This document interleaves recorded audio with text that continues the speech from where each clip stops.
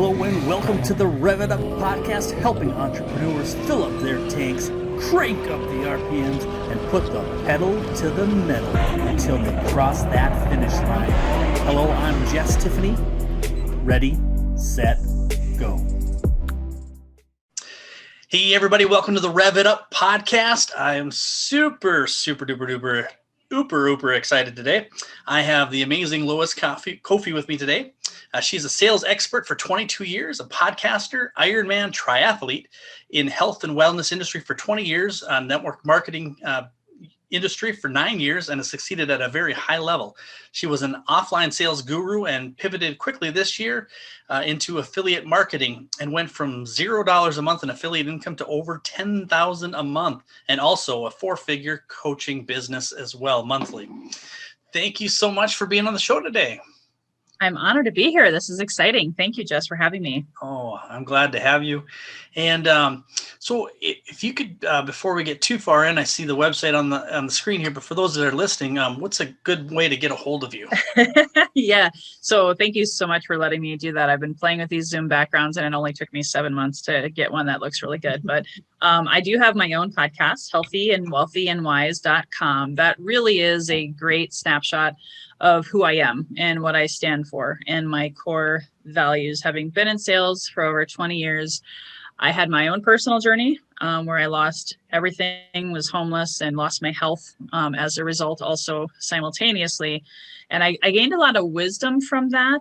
And I studied a ton in the last 13 years on how to create work-life balance, how to be really true and authentic in your sales process, and not be on the hamster wheel, not overcommit, which then causes us as salespeople to under-deliver. You know, I used to get sick a lot back in the day because I was go.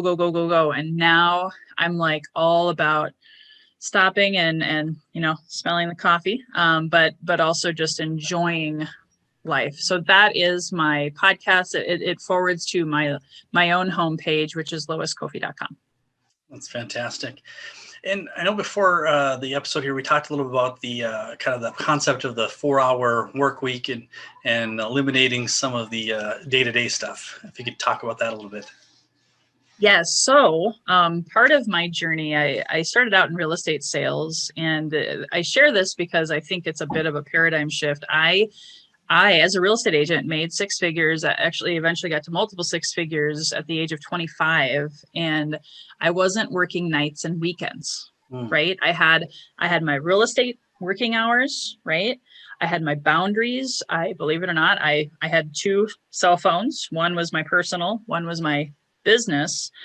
And I got to a point where I had a full-time assistant who only had the business line to make sure we provided good customer service. And I wasn't the, cook and bottle washer and having to do everything and be all for my clients. That wasn't healthy. That was my mindset. And I was an Ironman triathlete. I was also a running coach. So I had my hobbies and my personal time, and I thrived in that mentality. And then when I got sick and I lost everything, even then I said, you know what?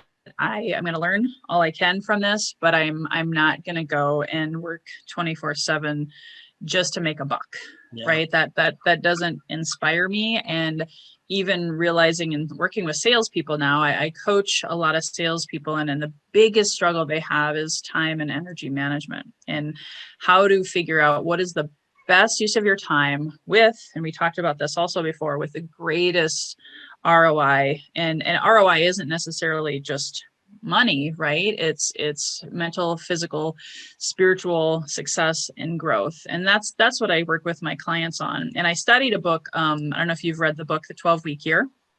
I don't think so. I read that book, after a few years of being a mom. I'm not going to lie. I was a little crazy. I was like, oh my gosh, how do I juggle being a mom and a business and a marriage? And, you and I are both in BNI. I mean, there's all these things, right? So I read that book, and it helped me with compartmentalizing my time again, kind of what I was doing before motherhood, and helped me come back to center. When you're off and you're fully engaged. And when you're on, you're on. And I mean, I'm still human. I still get what I call shiny object syndrome, suffering from, oh, squirrel, oh, that looks good. Maybe I should do that too. Oh. And I've hired coaches myself to kind of rein me in and protect me from myself to overcommitting, saying yes too much, overdoing things. So, the 4-hour work week, if you read that book by Tim Ferriss, it doesn't seem realistic. So for me, I'm really more focused on using the 12-week year principles to build a 4-hour work day and only working 5 days a week, not working the nights and weekends, kind of coming full circle to my belief system when I was thriving, in my 20s before the market crashed, and now making money while I sleep, being able to set my family up so we can travel the world. And again, it comes back to, how do you choose to spend your time? And that 12-week year is a certification that I did get last year, and I live it. And you get more done in 12 weeks than the average person does in 12 months. We're heading into fourth quarter, almost over, heading into a new year. So I'm already planning 2021 sales and marketing clinic workshop for people, because a lot of people, they set New Year's resolutions, which is like an annualized thought process, right? Yeah. And with that, you can waste a lot of time and you can even lose sight. That's why New Year's resolutions don't work. I was in the fitness industry. They're all pretty much done by February 1st, right? Everybody's back into their old habits, because it does take 66 days scientifically to really change and foster new habits. That's why the 12-week year, the P90X, right? I used to be a P90X certified trainer. So it's all of this science really showed me in all of my careers that you can do more with less if you just stay engaged. And that's, again, kind of the components of healthy and wealthy and wise that I teach people. Wow, that's powerful. So I want to skip back to something you said about, scheduling your time. Do you have a couple tips on how people can do that so that they're not, wasting all that time that you talked about? Yeah, for sure. And actually, you reminded me of something that I've been wanting to do. This is don't know if you can see it. Actually, you probably can't because of my background, but I have a clipboard right here. And Jim Rohn is one of my favorite mentors in my 20s. Obviously, he's passed. If people don't know Jim Rohn, you can look him up, but he's like the forefather of personal development and was around for a really long time and succeeded at a high level. And he always said, when do you begin your week? When it's finished on paper. So the biggest focus that I've ever seen in helping me grow and do more with less is having everything written down before I even start the day. I have to take time to write down my day. I don't want to just rely on my Google Calendar. I don't want to rely on my phone to tell me, because that can be a distraction in your hand. Like, you get all these notifications, text messages, all of the shiny objects are on those apps, right? And so just being quiet, writing down your commitments for the day, and also your personal and professional, and your big rocks. Like, what are you committed to that day? And free from distractions, that helps you say no more. Like, if someone calls you up and say, hey, Jess, do you want to go to happy hour or whatever? Do you want to hop on this extra Zoom that you didn't already have scheduled, right? How many times does that happen? You can say no with certainty and conviction, and just showing yourself respect and that other person, because a lot of times I know from experience and what I've seen people do, they don't write everything down. They're going to forget something, number one. And number two, they're going to get easily distracted. So that's my number one. And really, if I had to only give one, that's the biggest tip. And built into that is, I have my phone on do not disturb all day. Oh, wow. I don't want to be distracted by that text message. I don't want to be distracted by that phone call that I wasn't expecting. I don't want to be getting bing, bing, bing, bing notifications. I mean, I have hundreds of customers, thousands of connections in my network. So I'd be in a mental institution if I had, I'm not making light of that, because truth be told, I was born in a mental institution hospital. My mom was mentally unwell. So I take mental health so seriously. And when I don't when I have those notifications turned on, it created anxiety for me. I started getting sick, and I know for me, I'm very sensitive to that. And it's kind of like, oh my gosh, I have to respond now. No, you don't.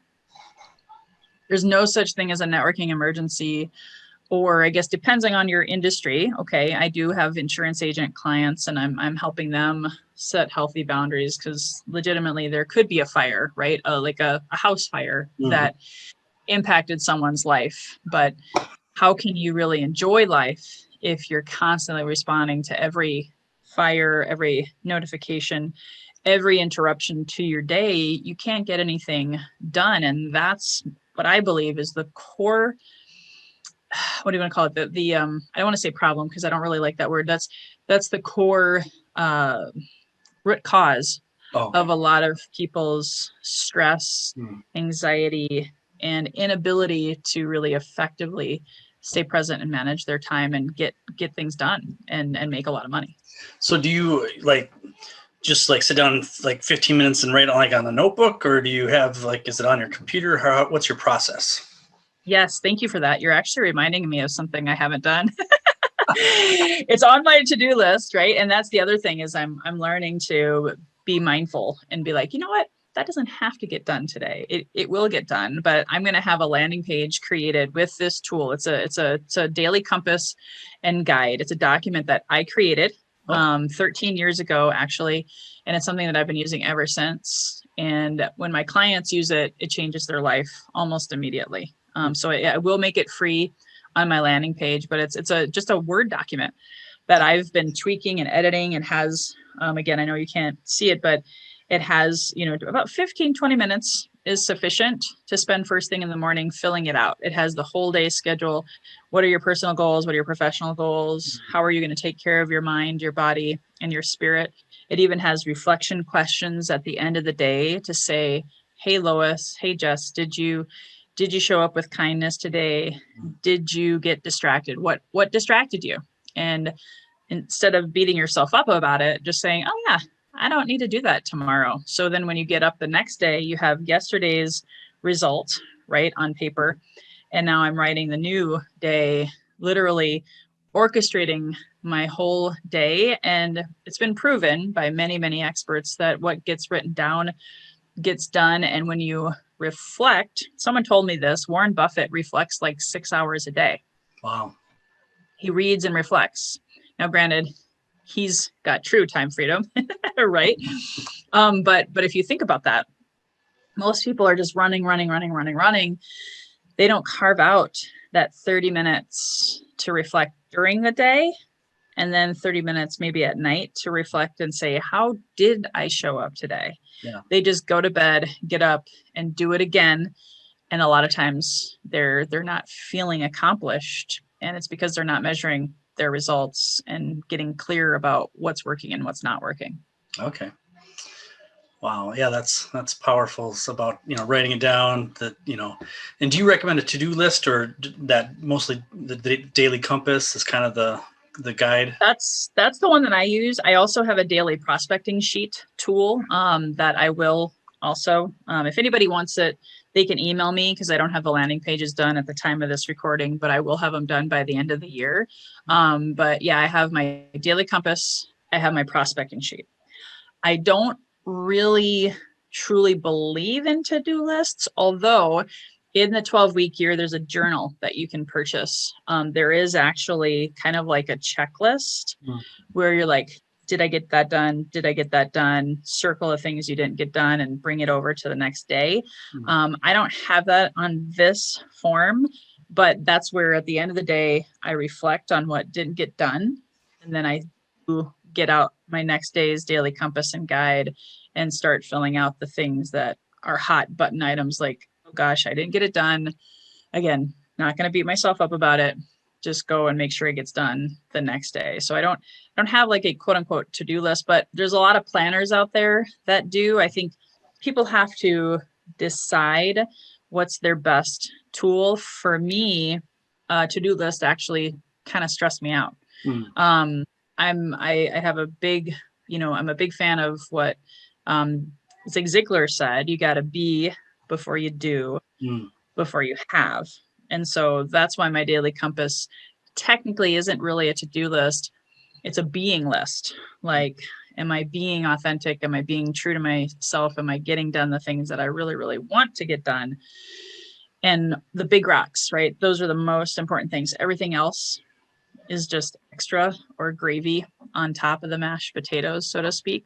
But that's me. I think if you thrive and you're healthy with to-do lists and you don't get beating yourself up because, oh, I only got 4 things done today and I was supposed to do 10. You know, that game, that negative mindset that a lot of times we can have as humans, right? Yep. And another thing we talked about, and I kind of admire, is how you have, I call it income insurance, but basically you have multiple streams of income coming in. And could you tell kind of how you have that set up and the different, types of streams of income and revenue generation you've been able to do? Oh my gosh. Yeah. Hopefully I can remember and to bring it all in here, but just first the mindset. Like, I was in real estate back in in my 20s, and that was just from year 2000 to 2007. I was crushing it. I had a mortgage company. I had three streams of income, but guess what? They were all attached to the real estate industry, right? And I was homeless. I mean, I learned so much from that experience, right? And I was like, yeah, I'm not going to ever just rely on one industry again. So I just wanted to share with you, I wanted to become recession proof. And guess what? Because the last 13 years, I was building different streams. Like, I have my coffee stream of income. I have, a travel technology stream of income. And then I started getting into affiliate marketing just this year. I saw all of my coaches who were affiliates of different products and services. So for those that don't know, affiliate marketing is essentially a referral partner commission. Almost like when I was in real estate, I could refer a transaction to another realtor in another state and I'd get a 25% referral fee. Affiliate income, however, though, is truly making money while you sleep. Like, I back in real estate, I had to call a realtor, interview them, and then give them the referral. Yep. Here, for my resources page, it's a landing page on my website, loiskoffi.com/resources. And that's where I have all of my best tools, email marketing tools, podcasting tools, live streaming tools, meditation tools. I mean, name it. I got my own products on there too. But it's a one-stop shop for all things Lois online sales and marketing tools. Nice. And from there, in fact, I need to add your free offer on there. So don't forget, because I also love to recommend referral partners on there. But ultimately, through that page, I send it out once a month. I get paid. I update it. I make recommendations because, again, people trust me. I don't just do this to make money, right? It's about, I want to be of service, be of value. And as you know, like with Now Site Marketing, that's one of my affiliates as well. Through that and through all of the affiliates, I've made a 5-figure monthly referral affiliate income. And there's affiliates out there who are crushing it. They'll make $2 to $3 million a year just through affiliate income. And I diversified, with all of my streams so that no matter what's happening in the economy, no matter what's happening in the world, my family will be recession proof and protected. And granted, it took me some time, but like I said, I just started doing affiliate income this year. And I've never made that much money as quickly because everything that's on that affiliate page that I have, people either need it or they want it to help increase their sales in their business. Oh, that's fantastic. Hey everybody, Jess here. What if I could help your company find over $100,000 in hidden revenue streams in less than an hour without spending an extra dime on advertising or marketing? Reach out to me at cardzap.thebumpcard.me. Check out the video on 5 steps to profit, and also reach out and we can have a conversation. Thank you. And so tell us a little bit about the Now site you introduced me to, and it's pretty cool. As far as, a simple marketing tool for the average small business. Can you tell just maybe a couple seconds about, what it is, what it does, that sort of thing. Yeah, thank you. It is pretty simple. Like, I'm going to compare it to something and people might understand it better. It's like a ClickFunnels or a HubSpot or Infusionsoft, only it's more affordable. It's an all-in-one digital marketing platform that has unlimited landing pages, unlimited lead capture, and it has social media marketing components. So it's easy and simple to do your sales and marketing, your digital, we'll call it digital marketing, every day in just 10 minutes time. It's so simple that I have 80-year-olds using it because they need it. Like right now, not having some kind of digital marketing, CRM components, email marketing components.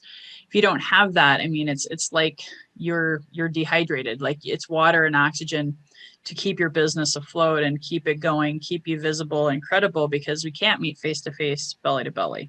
Yeah. I met you through BNI a year ago. I would have never dreamed that I'd be where I'm at right now, because I didn't like email marketing. I didn't like landing pages. I thought they were too expensive. I didn't get it, right? But because I quickly saw what my coaches had done to be successful, and then I found NowSite was the simplest, most affordable tool out there. And they are popping up like candy. There's a lot of companies. I just saw another one today. And I would not use a brand new tool. NowSite's 3 years young, so it's worked out a lot of the kinks, has text campaigns. I mean, I could go on and on. I know you just said a few seconds, but I really believe that it's a holistic approach for almost every single small business owner out there to help them be seen and heard and build their funnels and get their tribe following them. Because you and I are on LinkedIn, but some people get their LinkedIn accounts shut down, right? Or you post all of the stuff on LinkedIn or Facebook. Those are my two sandboxes that I play in. But I don't really ever see your stuff on LinkedIn unless you tag me, right? Yeah. I've got 5,000 friends on Facebook, but guess what? I probably see the same 10 people's stuff every day, right? The algorithms are really skewed. So get people offline into your own funnel, get into email campaigns. And again, NowSite just happens to be the one that I like to refer people to. Fantastic. And so tell me, I'm going to talk about a little bit more about revenue generation and maybe about affiliate marketing. Do you have any tips on, maybe like the messaging when you're doing landing pages or anything like that can kind of help people maybe get a little bit better return? Because I know a lot of people struggle with, they just throw a affiliate page out there and nothing happens. And so there's obviously something to do with the messaging or something that they need to tweak, and figured you'd probably have good insight on that.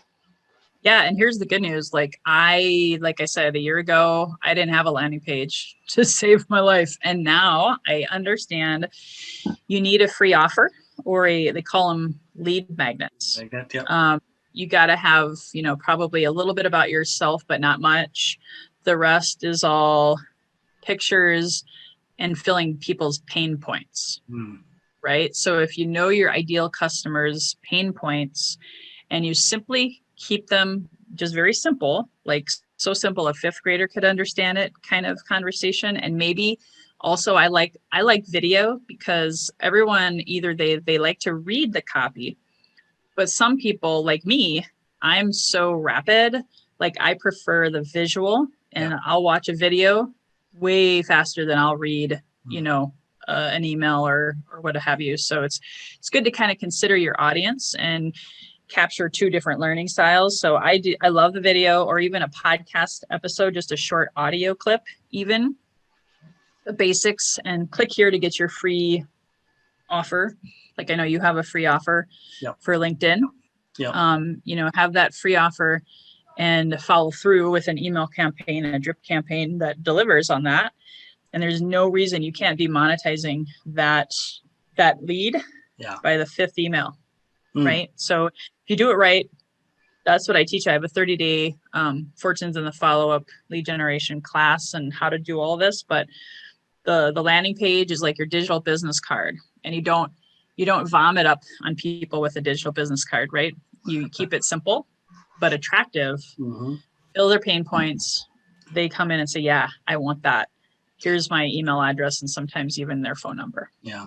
Like on my LinkedIn marketing cheat sheet, I use a analogy pop, but basically, you need to be polished. You need to have what opportunities you offer people and what problems you solve.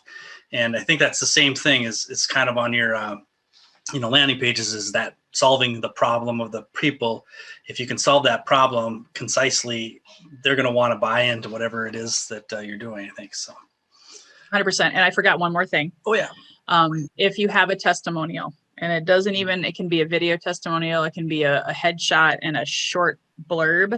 I love, because facts tell, social proof, stories sell. Yeah. Yeah. Yeah, that's powerful.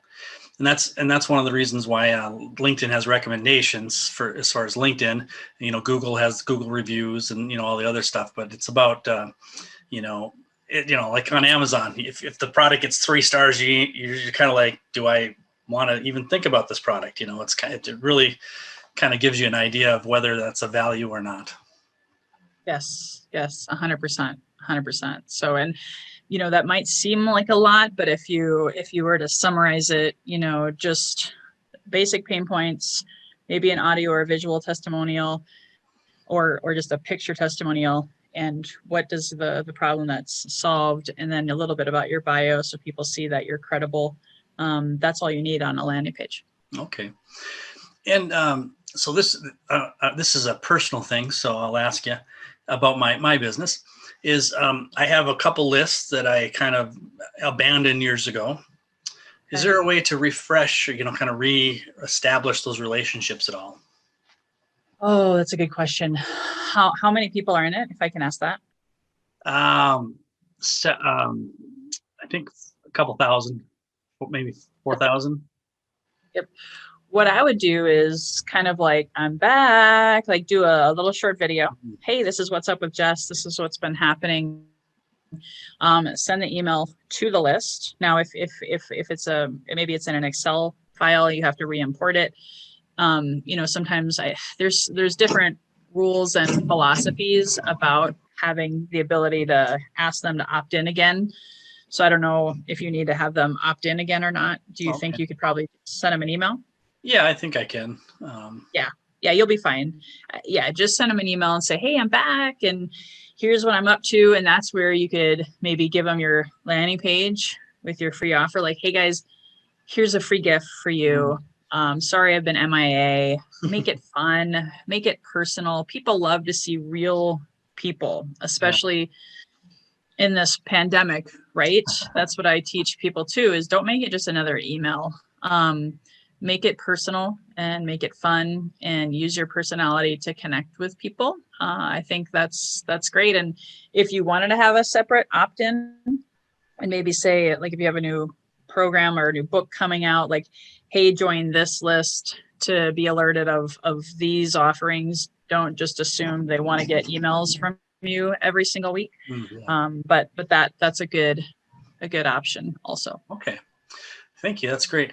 And so tell me a little bit about your triathlete experience. That intrigues me. I'm very scared of something like that. Yeah. Well, I have, having been an athlete in high school, I was also an athlete in college, and I have that personality. I just always want to challenge and test the limits of my body. Not so much anymore because motherhood and all that kind of stuff. I've really been focusing more on creating that balance and enjoying my children while they're around. So I haven't done a triathlon in years, but I loved the running part of it. I became a marathoner first. Okay. And as a marathoner, I started being, connected and around these other people who did these things called triathlons. And funny enough, I actually got injured. I'll never forget it because I was so disappointed. I was doing Boston marathons. I was super fast. I was like at the pinnacle of my quote unquote racing career. I was on a racing team and I got injured. It was in the Twin Cities Marathon, actually back in 2000. And I struggled off and on with plantar fasciitis in my feet. Ouch. I did find a way to get rid of it. It took me years. And in that time, I became a running coach to help others achieve their dreams. And then there was a lot of people who were doing swimming and biking. And so I started doing biking because swimming terrified me, to be honest with you. So then I started doing century bike rides for cross training. Because of my running injury, I didn't really want to do marathons anymore at that time. I did rebound, obviously, because an Ironman is 2.4 mile swim, 112 mile bike ride, followed by, just a 26.2 marathon distance run / walk / crawl, depending on how you're doing at that point, right?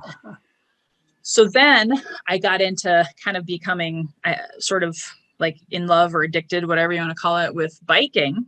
And I thought, you know what? I just got one more thing to learn. So then I started going to these master's swim classes, and I love learning new things. I love new challenges. So I saw it as a new challenge. And one of my friends who was introducing me to swimming with his master's swim team in St. Paul, he was like, Lois, have you ever thought about doing an Ironman? I was like, that sounds crazy. And it actually would have been, I think, 3 years later, after doing a lot of short distance triathlons, I decided to go all out, and I hired coaches upon coaches to train me. So if you hire coaches, I mean, that's why I do what I do. It doesn't have to be scary, and you're not doing it alone. You have someone who can speak from experience, see the pitfalls or the potential injuries and the things that I didn't really have when I got injured as a runner. So I had a personal trainer. I did all the right things to complete my first Ironman. And then I went on and did a second one. And then I was going to try to do another one when motherhood hit. And it's kind of a full-time job. It's basically a 30-hour training week if you want to prevent injury and if you want to compete at a reasonable level. And of course, being an overachiever, I wanted to compete, not just start and finish, Wow, that's awesome. For me, I back in high school, I was pole vaulting, and so, you run up there, you sprint, you plant the pole, and then it bends and you flip up, whatever. So we were at a meet, and this kid, the guy right before me, goes up and comes straight down and lands his head on the pit part where the metal thing is, where you put the pole. Okay. And then the ambulance came and everything and whatever. And after that, I couldn't jump I just was done. My brain couldn't get over the fact that my head could land on the cement right there before I went over the mat. And that messed me up. So I never actually got back into that. I played other sports and tennis and some other sports and stuff pretty actively. But for some reason, right after that, it was a mental block. So I don't want to go back and pole vault now at this point in my life anyway. So, but yeah, that was kind of but it's amazing what your brain can do to thwart future success in something. Oh my gosh. I mean, you're preaching to the choir. I mean, I had to hire a subconscious mind coach this year to help me overcome a lot of fears and stinking thinking that I had because of all of this new normal, right? This pandemic. I mean, it's radically different than where we were a year ago, right? And so I had to remove some blocks, and that's what you're saying is not at all abnormal. I mean, that's like, I'm not doing triathlons now, and who knows if I'll do them in the future. But if I had a major accident, like I've had friends, unfortunately, get hit by a car while on their bike and killed or severely injured. I was on the bike and I got like small minor run-ins with cars and people, believe it or not, where I ended up, getting thrown, and being in car accidents on my bike. So it takes a lot of desire and belief. Do it again for sure. But for me, it helped me, I think, prepare. One of my favorite quotes is discipline your disappointments and never give up. Jim Rohn coined the discipline your disappointments part. So if it's meant to be, you could go back to it if you really, really wanted to and had the belief and the desire to do it. But no, I got other things in life now that I'd rather do. So. But, that's all right though. So, well, it is time to wrap it up. If you could again tell everybody where to find you, and maybe if you want to throw out a couple of your affiliates that people might be interested in, that's great too. Yeah, sure, for sure. Just simply go to loiskoffi.com to connect with me. You can subscribe to my podcast and check that out and become a part of my Healthy and Wealthy and Wise Facebook community. That's a great place to find me. The free gift that I'd like to give to everyone is my signature lead magnet, right? We talked about landing pages and lead magnets, and normally it's an evergreen course. It's a 3-hour course on how to build an email list and essentially do it the right way and start to monetize it. So it's normally really good, by the way. Oh, thank you. Yeah, thanks. Yeah, it's $37 normally. But if anyone on your show hears this episode and they go to listbuildwithlois.com and they enter in the promo code, which I'll give you to put in the show notes as well, is the promo code is just simply list build, all caps. So they can have that, and anybody that hears this will have that opportunity. Otherwise they'd be spending $37. So that's my gift to you. Fantastic. Well, thank you. And everybody listening, thank you. This has been a great episode. And thank you, Lois, for being on the show today. And make sure you like and subscribe and share and all that fun stuff. And we'll see you on the next show. Thanks, everybody. Thanks, guys.